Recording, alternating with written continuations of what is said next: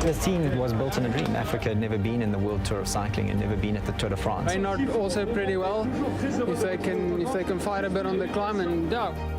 And Cianek gets his hand in the air. The African continent will be celebrating again tonight. Steve Cummings has won the day. Cavendish is in with a shout here. Cavendish gets the win he's looking for. They are exploding with excitement. Yeah, to finish it off like this, it's amazing. He's second to no one. It's Bosenhagen who wins. He's going to take the biggest win of his career. Oh, magnificent! Chapeau to that lad. And Ben King will be the king of the day. World champion Samuel Batista.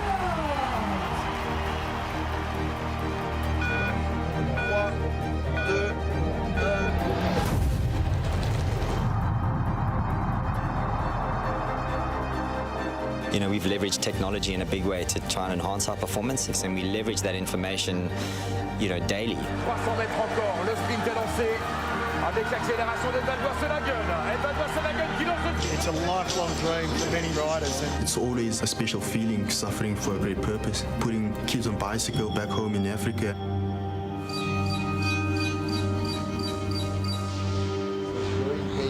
This young adult is coming of age now. No, absolutely, you are right, I think. And, you know, we grew so fast as a team. First Tour de France 2015, you know, winning on Mandela Day 2016, attracting one of the best riders in the world to our team, you know, winning 5 stages, wearing a yellow jersey, a green jersey, you know, being the most winning team that year, amazing. 17, having some challenges, you know, Sagan and Cav crashing, I guess, in that crazy stage 3 of the Tour de France, which was epic and hectic. And then 2018 and 2019, you know, we've done some amazing things, but it's kind of been seasons and fits and starts. We show that we're at an incredibly high level. We're a high-performing team. We're no longer the African underdog team. So we've had some ups and downs, but I think, you know, going into 2020, we've learned a lot from the last 2 seasons. We had an incredible rise, and now we've kind of leveled off, and, you know, we're going to rise again. So we're looking forward to 2020, but I mean, we have learned a lot in the last 2 seasons, and we're looking forward to going into 2020 with some new riders, a younger team, and an opportunity to shine. But yeah, we had some good success in 2019. That's where I want to go. 2019, it's although it hasn't been as successful as your 2017, 2018, almost 2016 season, there are gains, there are celebrations and achievements. No, there were massive celebrations. I mean, we kind of didn't fire as well as we'd have liked to in the spring classics. We brought in Gasparotto, Kreuziger, Valgren, you know, and even Edvald didn't fire, although he won a time trial in the early part of the season in a race, and then our whole team got sick and got like a stomach flu, and that impacted our, you know, the start to our classic season. In the spring classics in Europe, the weather is not so great, so, you know, if riders get ill, it can affect you for weeks, and it literally did that for us. So that was a bit of a low point. But then ending the season with a 6th place by Michael Valgren in the World Championships was unbelievable, and our under-23 rider Samuel Batista becoming a world champion. When we started this team, we wanted to take an African team to the Tour de France, and we wanted to potentially develop a world champion. And we did this year in the under-23s to have a world champion. You know, Louis went 2nd in the world championships in under-23 in 2013. But for us to, you know, to have a world champion in our team just shows that our development team, our continental team, is the best development team and continental team in the world today. 5 out of the 11 riders turned professional. Yeah. 2 with us, 3 with other teams. But that just shows that the structures that we have in place are solid and sound. We've just haven't really, you know, had that BMT and that luck, you know, at the highest level. But, you know, we still had some amazing success. And one of the biggest successes, I think, ultimately, is our purpose. And the charity Quebecer, to go over 100,000 bikes in October was just exceptional. You know, we've contributed significantly to that, not all of it. You know, there's been massive amounts of people and partners that have done amazing work in that space. But also, you know, at the Beyond Sports Awards in New York, under the United Nations Sustainable Development Goals, our team won the best, we're the best team that has done the most amazing things in community, you know, at the Beyond Sports Award in the Partnerships for Good category. So we've been internationally recognized for things that we've done, you know, off the bike, and we hope in 2020 things will turn around on the bike. Yeah, you mentioned under 23s, it has been, I think, Team Dimension Data for Quebec, NTT now, is without a doubt being called, or probably the best feeder team as far as under 23 is concerned. That's obviously something that you want to work into and get. You mentioned BMT, and get those under 23 filtering into the big boys club and getting those results there as well. I mean, 14 victories I think this season they had. So there's plenty to celebrate and look forward to. No, completely. And if you think how many young riders are doing so well in cycling and taking on the old guard, you've got the Remco van der Poels, the Mathieu van der Poels, those guys that are taking on the older statesmen of cycling and doing incredibly well. So the younger generation now feel that they can achieve at the highest level immediately. And so that has its challenges, because some of them don't even want to go through the under 23 category. They want to go straight from junior to pro and into the world tour. So that's kind of interesting, and there's a reason the under 23 category exists. But our team has been incredibly successful, and we look forward to bringing more riders through. I mean, we have riders all over Africa, from Eritrea, Algeria, Morocco, Rwanda, in that team, South Africa, of course, and then some Italians, which is good to bring that European flavor into it and help fast track the riders to success. And we look forward to continuing, huge success with our continental team. And it is important that, for us, that we have that team.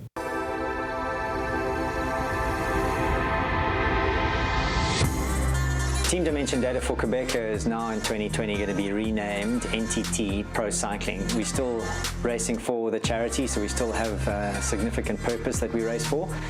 There's never been a Japanese-sponsored World Tour team in cycling before, so this is an amazing opportunity. Innovation is key. If you're not innovating, you're not moving forward. So I think this is a nice opportunity for us to continue to innovate and fast-track our success and bring new eyes and new minds into what this team can do. We are still Africa's team, born in Africa, and taking on the rest of the world. And our focus and our dreams are still the same. We would like to have an African rider on the podium in a Grand Tour and do something that has never been done in the history of the sport. NTT as a global organization now helps us grow that geography into Japan, which is pretty significant, and we look forward to working closely with NTT and now NTT Pro Cycling to try and do more, but still have the same dreams, but just on a broader base and with a bigger audience. Now let's look at 2020. New colors, new name. NTT Correct. Pro Cycling just announced it a couple of weeks ago. Yeah. Is there pressure? Is there great expectations? Obviously there will be. You want to go out there and do well. Take us through that journey with the new colors. So sure, there's pressure. I love what Seo Kolisi and Rassi Erasmus said about pressure, after the World Cup victory, that pressure is actually hope. I think our pressure is also, drives hope in terms of the Quebec charity and what we can do for individuals and their mobility. But yeah, new colours. We're going to go from green and white to blue and white, so it's pretty special. We've gone from the grass to the sky, reaching for the stars, landing on the clouds. And so there's lots of interesting things that I think we can do. We've got lots of younger riders in the team. But I think we need to step up now and we need to move forwards. 2020 is going to be a big year for us. And we are pretty excited about the new season. We've got lots of the same equipment, so our infrastructure is at the highest level. And we'll start again in Tour Down Under in January in Australia with a really strong team with some clear focuses and clear goals. We still are a team born in Africa for the rest of the world. So even though we have a Japanese title sponsor now, we haven't left Africa or South Africa, so that's clear. But we have big objectives and big goals, and we want to bring riders like Louis Meintjes, Ben O'Connor, Edvald Boasson-Hagen, those kind of guys through and focus on the Grand Tours and on the classics, respect all of cycling and stand tall in 2020. So hopefully things go our way and everything's aligned. And like I said, we have learnt a lot.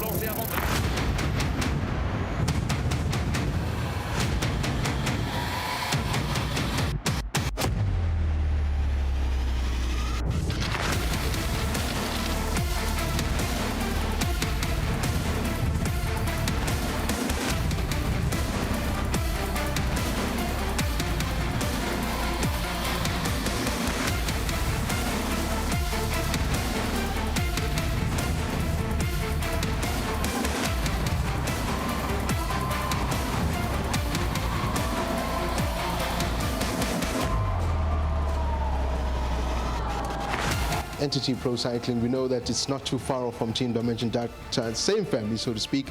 What are they bringing to the party? I mean, I'm sure you had, as you mentioned, you had a visit with them in Japan at the launch. What are they bringing to the party, and what are the expectations, if any, from No, I mean, we have massive amounts of technology that they've implemented into our team. So that, I mean, I come from a technology background too, so you know, they are a bigger structure, a bigger global organization, so we can leverage that in a deeper way. We were at the Research and Development Innovation Summit now in Tokyo, and the things that they're doing about smart vests, you know, that can listen to bodily functions, and we can, you know, use that kind of information to, you know, to bring our riders on and to make better and more informed decisions. So that's pretty clear. We are the only technology-sponsored World Tour cycling team, so we want to use technology to be better and to do better things and to not make mistakes, and learn from them and use artificial intelligence and all that kind of stuff. So they're bringing that to the party. And that's exciting, and so we're looking forward to continue that journey that we've started with Dimension Data, and hopefully have an incredibly successful 2020. We've brought some riders into our team through like a bit of a Moneyball approach, outliers, using the tech to find these excellent individuals in certain categories that potentially have been overlooked, and so we brought a few into our team. So it's a fun project, and we look forward to having fun in 2020 with them. Every day, basically, we change hotels. There's always change, which means every hotel is different. So you have to be pretty quick to adapt. So your roommate becomes kind of, you know, your rock, someone that kind of you're there to lean on and leans on you at times, and you really bond over at the time. Generally, it can either make or break relationships and friendships. One time, some guys, they didn't like to wash themselves so often. We can say like that. And it was really a hard period, hard moment. You can imagine after not 1 day, 2-3 days. Oh, it's better to not remember. Probably one of the worst guys I've had is this one guy that's always naked. It's just not nice to have a roommate that's always naked. Cav's always naked. He just, I don't know, and he just loves showing himself off. Spend a lot of time looking at the wall. I had one guy once, he always woke up in the night and turned on the lights, and he just didn't care. And after 3 nights, I just changed. I've had occasions where I've been absolutely shattered and nervous for the next stage coming up, and then the guy's been snoring, and it was on my first Grand Tour. It was a bit of a high-profile rider, and I was too scared to do anything, and I probably got maybe 2.5 hours of broken sleep that night. It's all about compromise, because not everybody has the same regime each day. In the end, it's all about respect, you know. You just make a few clear rules. From that point, it's all good. Yeah, I mean, Victor Campenaerts is probably our biggest signing. He broke Bradley Wiggins' world hour record, so he's the fastest man in the world over an hour. So that's a big deal for us. It's a great technology story. We're going to try and help him become a world time trial champion and potentially go to Tokyo Olympic Games and do well. We've got amazing partners in BMC, the fastest time trial bikes in the world, ASOS, our clothing. They make the most incredible, you know, kit, and it's all connected, the bike and the rider, and so we're trying to use tech to give him an advantage. But you know, he's probably the major signing, and then of course Samuel Battistella, our world champion, as an under 23 coming in. So there's a whole young generation of riders that are big, that we want to showcase and bring through. Max Walscheid joined us from Sunweb, big sprinter, 90 kilo unit. I mean, he's a number, and you know, and he's a big boy, and we're hoping that he can help Ryan Gibbons and Nizolo, that were, you know, to go to that, you know, more onto the podium in the sprints. So we have focused on 1-day victories, and then ultimately a guy called Ben Dybel, Australian rider, 30-year-old guy, incredible climber that's raced so well on the Asia circuit that he can come in and help Louis Meintjes, Ben O'Connor, and those guys in the Grand Tour. So we've kind of strengthened the quality within our team, and you know, so that we can win more 1-day races and ultimately, you know, do well in the Grand Tours as well. So we've just strengthened, I guess, our environment. Yeah, I guess the question I'll ask you, are we concentrating on GCs or stage victories next season? Well, we ultimately want to win as many and score as many World Tour points. We want to up our World Tour ranking. That's critical to us, and so that comes with victories mainly. You can race a 3-week Grand Tour, and then you can do what like Ben O'Connor did, break his collarbone on stage 19, and then it kind of all falls into a heap. So hopefully that doesn't happen to us in 2020. But you know, we are going to go for stage wins. We're going to be opportunistic, and really fight hard in the classics and for the 1-day races. And then the Grand Tours are always a bit of a lottery. Other teams have really strengthened their rosters. So there are 5 super teams in cycling at the moment, starting with Ineos, the ex-Team Sky. So, we need to take our chances. We need to leverage our strengths and the individuals that we have in our team and focus on a strategy that suits our strengths, and then, hopefully that plays out. But Doug Ryder, the team principal, you sit there and you have to give a team talk or chat to the guys. What do you say to these guys? No, it's around hope and belief in your ability in the training and in your equipment. That's the beauty about cycling. It's not like Formula One. It's not all about money. It's about the passion and the engine that sits inside the individual. How big is their heart and how badly do they want it? And that's the most beautiful thing about our sport, is that you can have a small budget team and you can compete at the highest level and show exceptional performances. For sure, there's depth and quality in those riders and in those teams, and they can buy everybody they don't want to race against and put them on the bench. But the beauty of the sport is that if you have the right passion, you've prepared really, really well, you've got the right equipment, you can still win. And that's the hope, and that's the potential in it, and that's the beauty of our sport. And that's what motivates me and motivates our team. You mentioned earlier about the Tour de France, and I know a lot of South Africans, we sat back. There was a moment at the Tour de France where one of your bikes went missing, one of the buffaloes, and we sat there. It was a huge, huge story back in South Africa. Take us through that, some of the fun moments of the sport. Yeah, especially for Quebec. Quebec is the official charity of the Tour de France, which is amazing. We are the youngest team in the World Tour of Cycling. The Tour de France is the biggest and oldest event, and they adopted our charity as the official charity of the Tour de France, which was cool. And then Quebec painted every single 4 bicycles in the leaders' jerseys of the Tour de France. And then, funnily enough, the yellow jersey bike, the yellow Quebec bike, went missing. And everybody thought it was the best marketing, thing, but it was real. Was it marketing? No, absolutely not. No, it was absolutely real, that it actually did go missing, and they had all these cameras and CCTV cameras that they looked at, and then they eventually found it, and it was returned, and all the leaders, all the winners of those jerseys signed those bikes, and they're going to be auctioned off for Quebec. So it was pretty cool, but it became like a big thing in the peloton. All the riders came past our team bus and oh, did you guys find the bike? And is it not sitting in the back of your bus? Can we come and have a look? And it was actually something that really happened. It was cool. It took a bit of the pressure off. But the one thing about this year's Tour de France, it was beautiful, and we saw it, at the FIFA World Cup that was here, and at the Rugby World Cups that have been here. When the host nation does well, the interest and the love and just the buy-in from everybody and how it changes. And we saw it this year with Alaphilippe, with Romain Bardet and those guys that the French did so well in the Tour de France this year, better than they've done in 20 years. And it lifted everybody's performance and everybody's exposure that they got through the race. And the local people and the French people, how they came en masse to go and watch the Tour de France because they had a hero to support, was incredible. So the Tour de France is a healthy race. It looks amazing. The beauty of that event is incredible, and now the local people feel that they have champions that they can shout for the coming years. Yeah. And it's good for all of us in the sport. So it's a pretty special time in cycling. As a wrap for this interview up, Doug Ryder's low for 2019? I had a few lows. I think the Tour de France start was a low. But even though we had those fantastic kids from Kailicha that came to go and see us at the start in Brussels, so those are the things that were beautiful, and some of the highs.